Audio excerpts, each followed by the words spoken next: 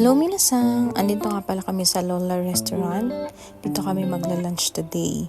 So ito nga pala yung itsura ng loob ng Lolas. So ang ganda ng interior niya guys. Sobrang ang ganda ng ambience, relaxing. Tignan nyo naman. Chandelier pa lang sa entrance, panalo na. So ito nga pala guys yung mga in-order namin. Masasabi ko na napakasarap ng pagkain dito. Though medyo pricey pero it's all worth it. Tignan niyo naman sila, halos hindi na makahinga sa kanyang ginagawa. Ang dami niya na nakain. Biruin niyo, good for sharing na rin pala yung bawat po-orderin niyo dito Masasabi ko na worth it yung binayad namin at sobrang sarap talaga ng mga pagkain dito.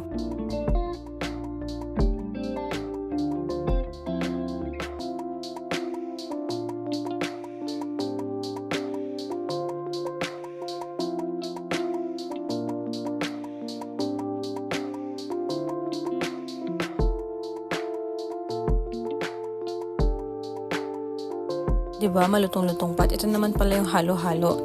Alam nyo ba, good for sharing na rin to. Good for 4 to 5 person na rin.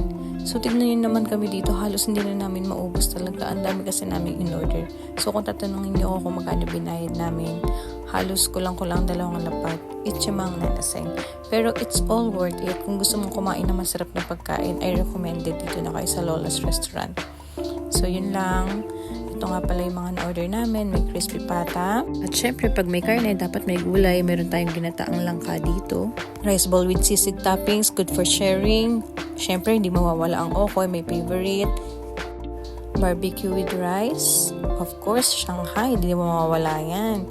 Chicken inasal. Ayan, sarap din itong chicken inasal. Syempre, yung halo-halo. So guys, yun lang. Punta na kayo. Bye!